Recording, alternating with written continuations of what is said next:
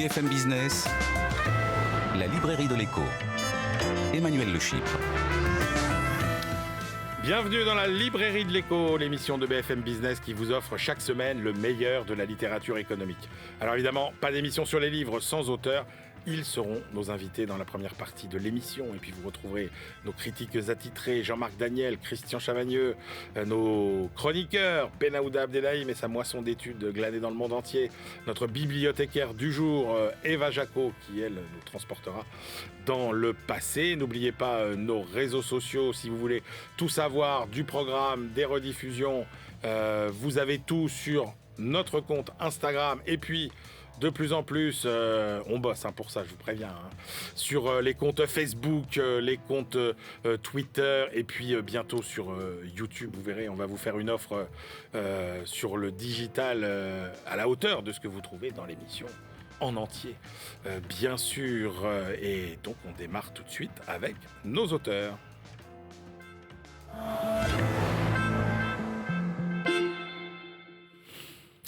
Au menu de cette librairie de l'écho, alors je devrais peut-être dire épisode 2, 3, 4, 5, je ne sais plus, comment relever le défi climatique.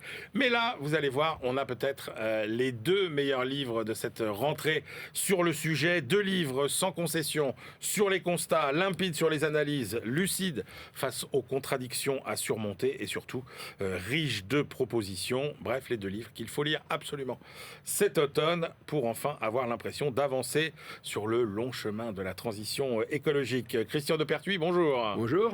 Christian, vous avez dirigé la mission climat de la Caisse des dépôts, vous avez fondé la chaire économie du climat de l'université Dauphine PSL et vous publiez Carbone fossile, carbone vivant aux éditions Gallimard. Nicolas Hazard, bonjour. Bonjour. Nicolas, vous êtes entrepreneur, fondateur du groupe INCO, conseiller spécial de la Commission européenne et vous publiez Happy End aux éditions Flammarion. On aimerait tellement vous croire. Christian Depertuis, je commence avec vous. D'abord, pourquoi ce titre Carbone fossile, carbone vivant ? Parce que la transition climatique implique 2 combats. Le premier concerne le carbone fossile, qui a été du carbone vivant il y a très longtemps, et puis qui s'est fossilisé, qui a fait des concentrés d'énergie. Depuis 1 siècle et demi, on renvoie ce concentré d'énergie dans l'atmosphère en brûlant du charbon, du pétrole et du gaz. Et donc, il faut faire la transition énergétique. C'est la première jambe de la transition. Pour ce faire, il faut sortir de notre addiction aux énergies fossiles qui représentent aujourd'hui dans le monde à peu près 80% de l'énergie qu'on utilise. Je pense que ce premier volet de transition commence à être bien compris. On voit à peu près ce qu'il faut faire. Je ne dis pas qu'on le fait, mais et on voit qu'on bouge. Et on bouge, pourquoi ? Parce qu'en grande partie, on a de nouvelles façons de produire de l'énergie décarbonée à des coûts très inférieurs à ce qui était autrefois via les énergies renouvelables. Bon, imaginez que dans 30 ans, nous soyons sortis des énergies fossiles, serions-nous automatiquement en situation de neutralité climat ? C'est une situation dans laquelle on stabilise le stock de gaz à effet de serre. Alors attendez, il y a quand même un distinguo à faire entre la neutralité carbone Exactement. et la neutralité climat. Je voulais y venir plus tard, mais hop, vous nous y emmenez tout de suite. Voilà. Expliquez-nous la différence. Bon, le climat est un problème de stock. C'est le stock total de gaz à effet de serre qui s'accumule au-dessus de nos têtes, qui réchauffe la planète. Tant que ce stock augmente, on réchauffe. Pour stabiliser le stock, il faut être en situation de neutralité. Ça veut dire qu'il faut être en neutralité sur le CO2, c'est la neutralité carbone, mais sur l'ensemble des gaz à effet de serre, qui incorporent aussi le méthane, qui incorporent le protoxyde d'azote, qui incorporent les gaz fluorés. Donc la neutralité climat englobe, pour une part, la neutralité carbone. Et on est bien d'accord que c'est un objectif encore plus ambitieux que la neutralité carbone. Bien sûr, c'est la raison pour laquelle il faut traiter le carbone fossile et le carbone vivant. Le carbone vivant, c'est quoi ? C'est le carbone qui nous permet de vivre via le cycle du carbone qui est produit par les plantes qui font la synthèse du carbone atmosphérique via la photosynthèse. Ça, c'est aujourd'hui à l'origine du quart des émissions mondiales, la façon dont on traite le carbone vivant par 2 empreintes principales que sont la déforestation tropicale, pour une part, à peu près 12% des émissions mondiales, et toutes les émissions hors CO2 de l'agriculture qui ne proviennent pas de l'usage des énergies fossiles par les agriculteurs, mais des impacts des techniques agricoles sur le milieu naturel. Ouais. Et ça représente à nouveau pas loin de 15%. Donc sur ce bloc du carbone vivant, il est impératif d'agir. Et là, l'action est beaucoup plus compliquée. Alors, vous jouez beaucoup dans votre livre, Christian de Pertuis, sur les renversements de perspective. Alors, il y en a un premier qui m'a interpellé.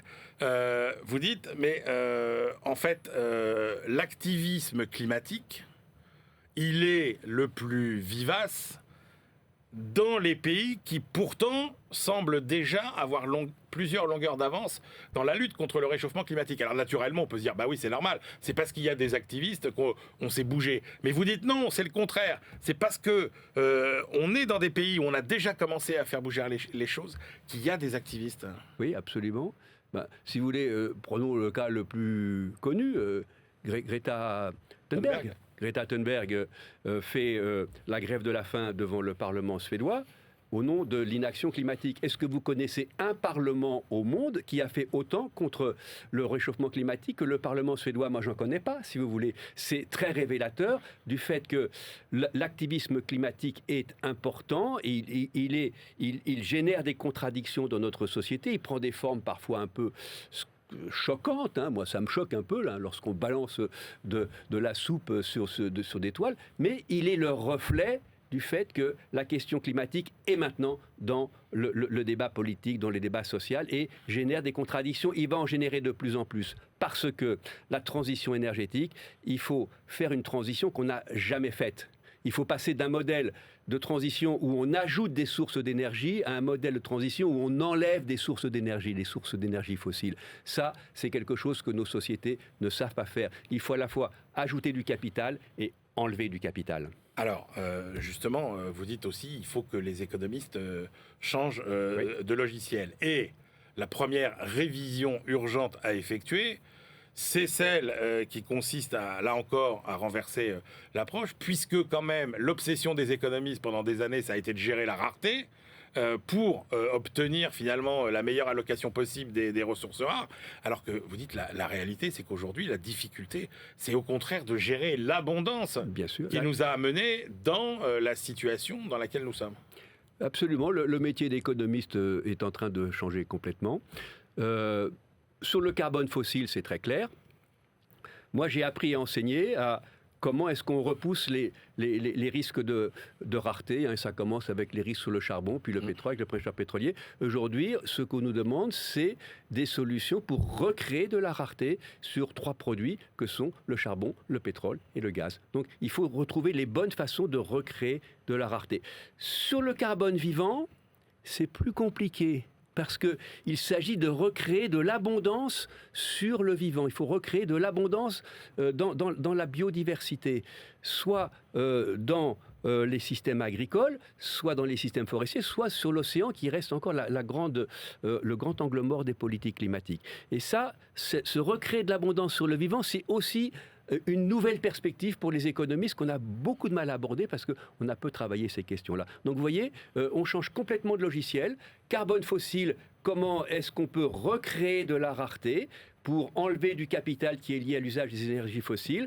Carbone vivant, comment est-ce que nous sommes capables ou en recherche de trouver des méthodes pour utiliser la diversité du vivant, la biodiversité, pour produire de façon intensive et résiliente de la production, notamment de la production alimentaire, car on sait bien que les impacts du réchauffement climatique passent beaucoup sur les systèmes agricoles et sur les situations alimentaires. Justement, Christian de Pertuis, est-ce que vous pouvez évaluer les impacts sur notre activité économique de cette transition énergétique? Est-ce que, et ça je vais y venir avec Nicolas, parce que Nicolas résume très bien l'espèce de désarroi dans lequel on est sur plein de choses qu'on ne comprend pas. Est-ce que ça va être bon pour la croissance? Est-ce que ça va être mauvais pour la croissance? Est-ce que ça va créer des emplois? Est-ce que ça va détruire des emplois? Est-ce qu'on va vivre mieux ou est-ce qu'on va vivre moins bien?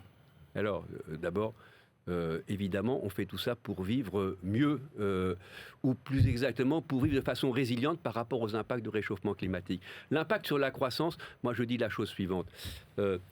On a d'un côté une vague nouvelle d'investissement, d'innovation, je pense que Nicolas nous en parlera, de nouveaux procédés, l'économie bas carbone se construit. Cette vague d'investissement, de création, elle est positive pour l'activité, positive pour la croissance. Mais simultanément, il faut reconvertir, il faut enlever du capital qui est lié à la production et à la consommation d'énergie fossile.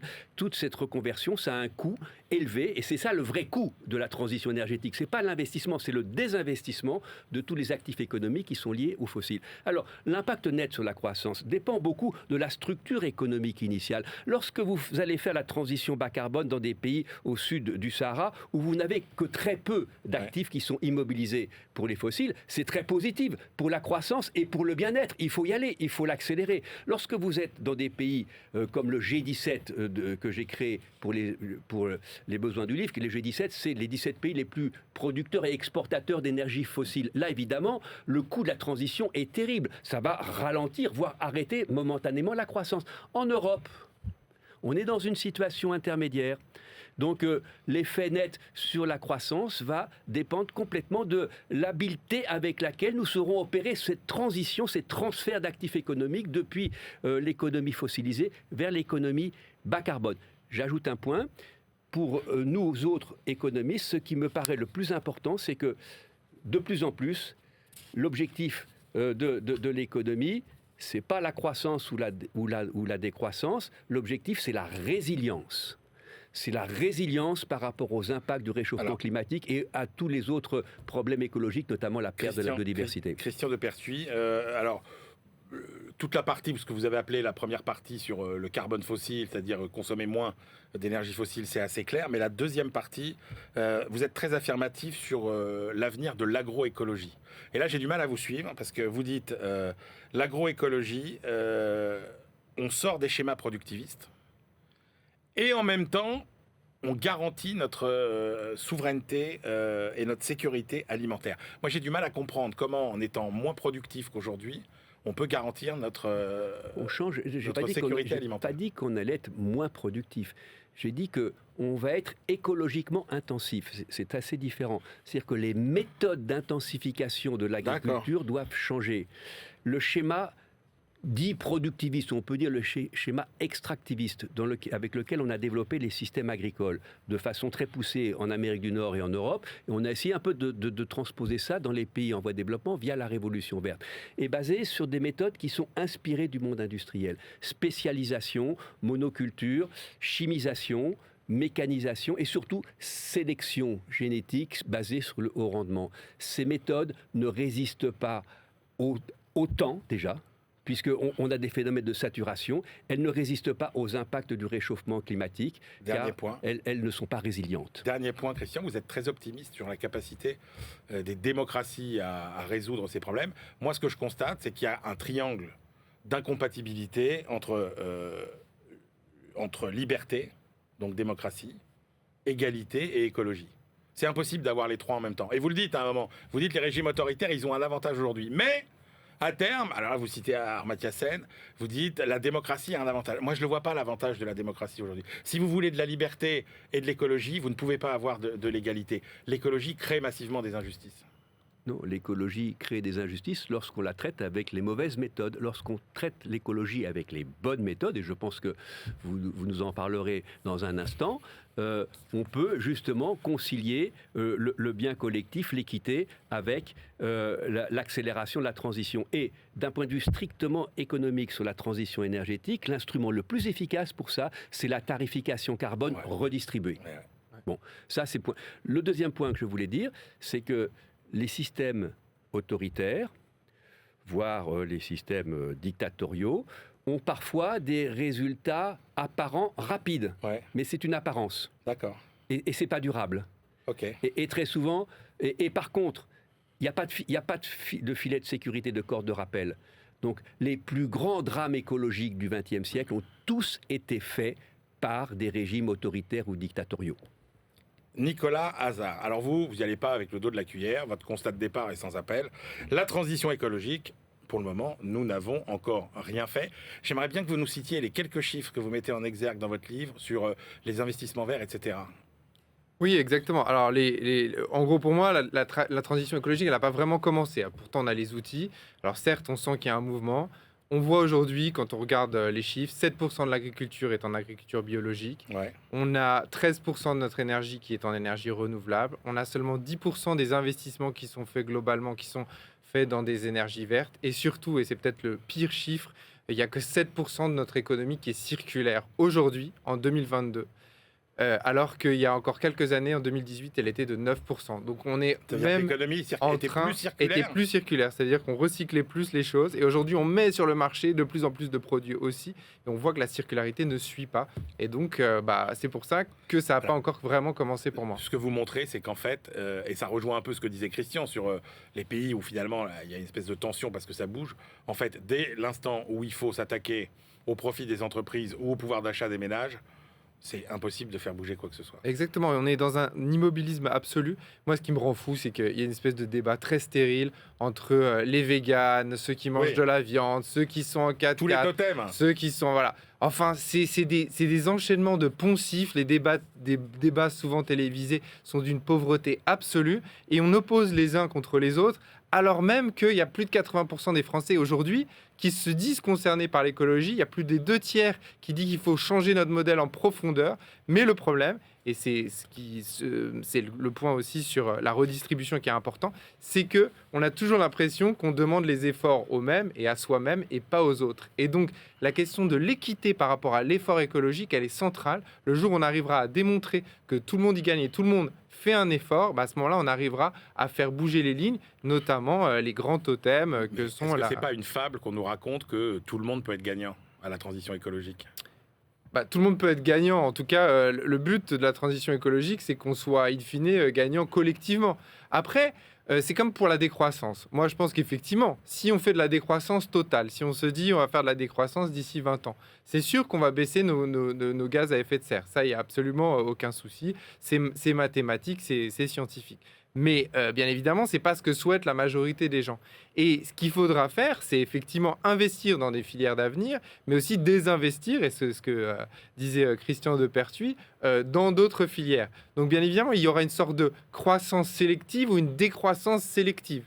Et ça, il faut l'organiser. Mais pour autant, la redistribution, et c'est là où c'est important, les filets de sécurité, c'est pour que les perdants de cette transition écologique puissent être mis en selle. Alors, vous avez bien posé les termes des débats. Vous dites en gros, aujourd'hui, il y a deux catégories. Enfin, on nous caricature le débat dans deux catégories. D'un côté, ce que vous appelez, vous, les éco-anxieux de la décroissance, et de l'autre, les fétichistes du progrès BA. Voilà. Et vous dites, aucune des deux voies n'est viable. Vous proposez une troisième voie. Alors, c'est quoi cette troisième voie ?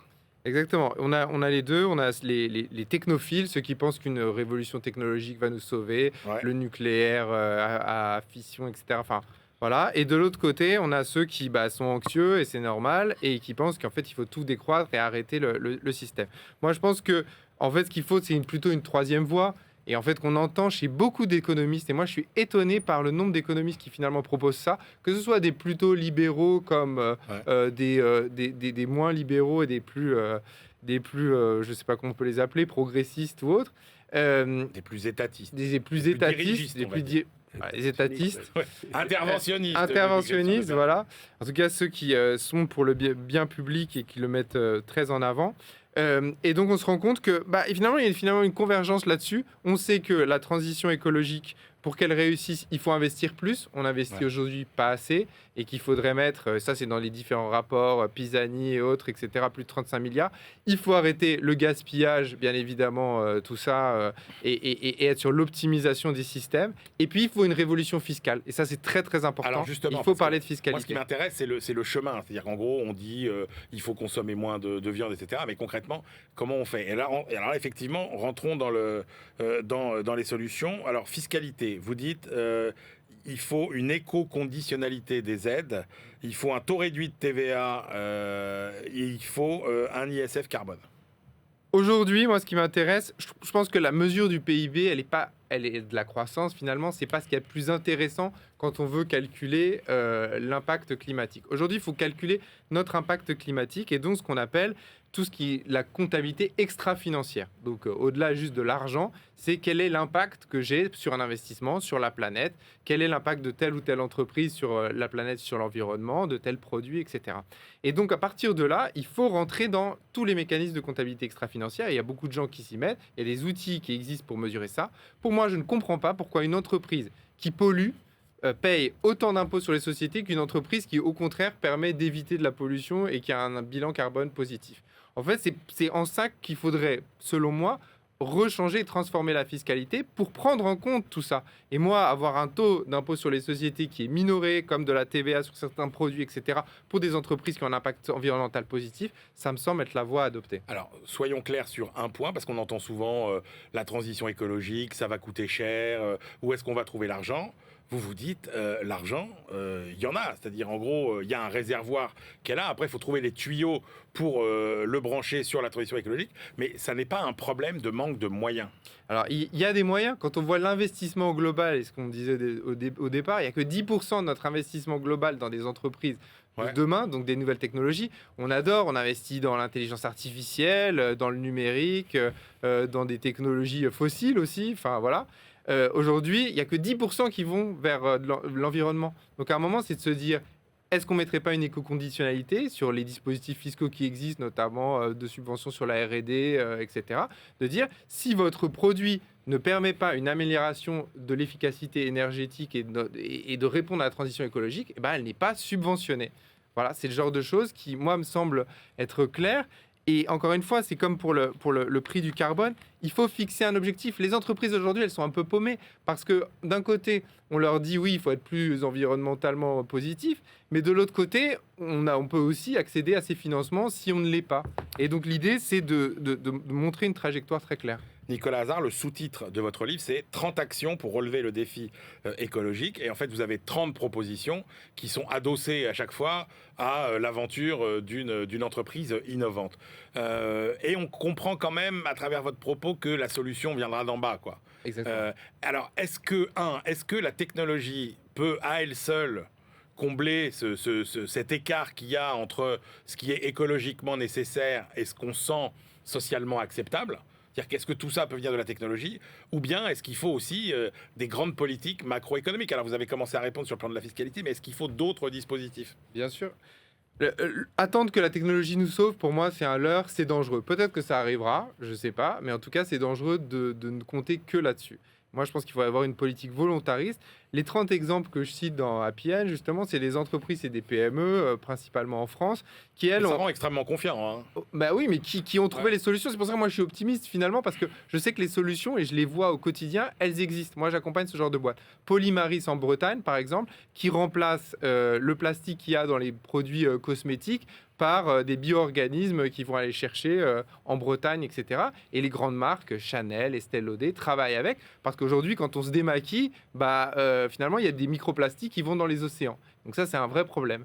On a les tours Elitis, par exemple, à Strasbourg et à Dijon. C'est des bâtiments et c'est des tours de logement qui sont à énergie positive. Ça veut dire qu'on crée plus d'énergie qu'on en consomme. Et donc, il y a plein de solutions. Et moi, je le vois dans tous les domaines d'activité. Le ciment, par exemple, c'est 8% de l'empreinte carbone. Il y a aujourd'hui des ciments alternatifs qui permettent de ne pas avoir d'empreinte carbone importante et d'éviter à 90% du CO2.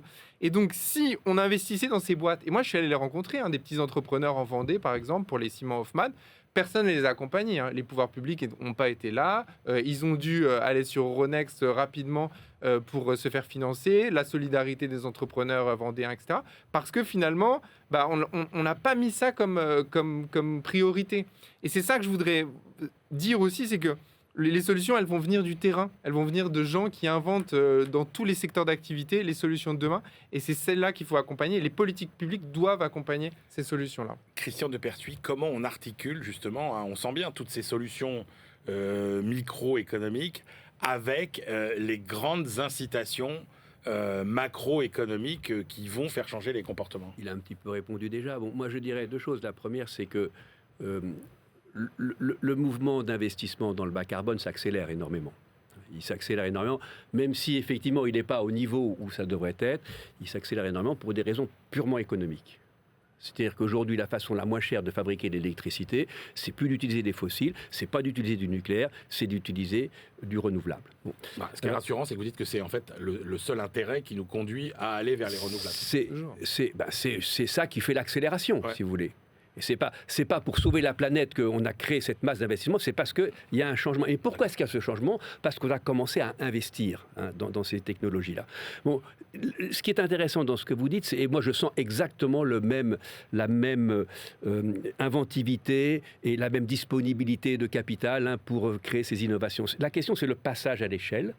Et la question du passage à l'échelle, je pense qu'elle renvoie très directement à des questions de fiscalité. Et pour moi, c'est clair que sur l'énergie, la meilleure voie pour accélérer, c'est la taxation carbone redistribuée. C'est-à-dire qu'il faut redistribuer le produit de la taxe carbone et pas la garder dans les finances publiques. Je dis un mot peut-être, si vous m'y autorisez, très vite, sur le système d'échange des quotas en Europe. Il y a aujourd'hui un accélérateur incroyable de la transition énergétique. C'est le fait que le prix du quota de CO2 est pratiquement à 100 € la tonne, que les quotas gratuits vont disparaître du système industriel. Et, c'est curieux, des grands opérateurs qui, par exemple, dans le ciment ou dans l'acier, disaient qu'il n'y avait pas de solution, ils commencent à les découvrir. Juste, l'ordre de grandeur, est-ce que vous pensez que les recettes qu'on pourrait tirer d'une taxe carbone seraient d'un ordre de grandeur compatible avec l'atténuation des inégalités sociales générées par justement cette transition écologique? Non seulement je le crois, mais je l'ai calculé et je l'ai proposé au gouvernement lorsqu'on a introduit la taxe carbone en 2014. Si vous redistribuez un tiers du produit de la taxe carbone aux 4 premiers déciles, vous compensez la perte de revenus pour les 4 premiers déciles. Si vous voulez une compensation plus large, il faut redistribuer 2 tiers du produit de la taxe carbone. Et c'est une des propositions de Happy End d'ailleurs, je tiens à le dire, donc je suis ravi qu'on se mette d'accord. Vous savez quoi, Happy End, ce sera le mot de la fin de cette première partie de la librairie de l'Écho. Merci à tous les deux. Christian Depertuis, Carbone fossile, Carbone vivant, c'est aux éditions Gallimard. Nicolas Hazard, Happy End, c'est aux éditions Flammarion.